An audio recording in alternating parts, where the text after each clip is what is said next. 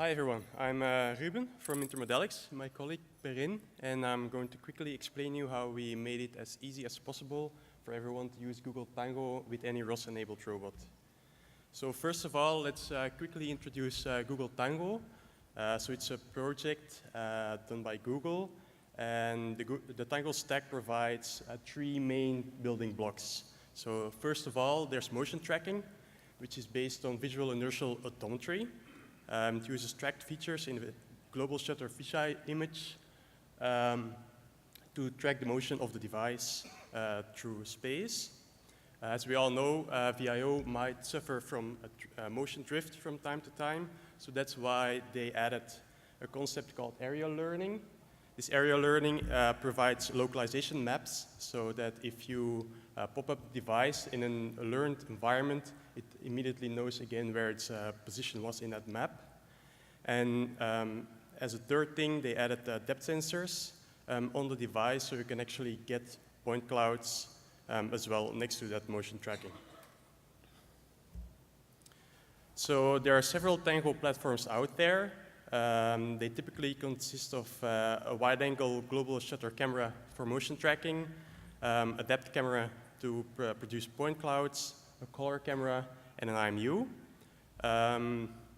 Current available Tango devices are the Lenovo Fab 2 Pro, and recently also Asus has a Zenfone AR.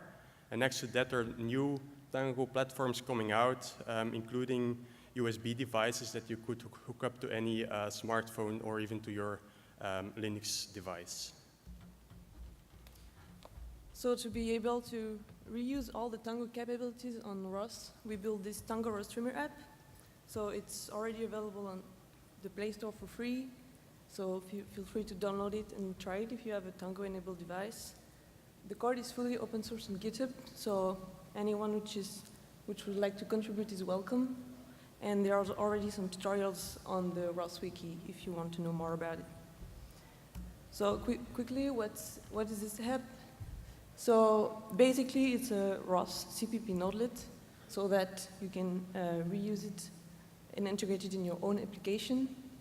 And the basic idea is to publish all the data from Tango to ROS. So which means the pose of the device, the images, the point cloud, and also the meshes and the occupancy grid, which are generated by the 3D reconstruction API of Tango. So the node also provides some ROS parameters to configure Tango and some ROS services to handle Tango lifecycles and Tango maps.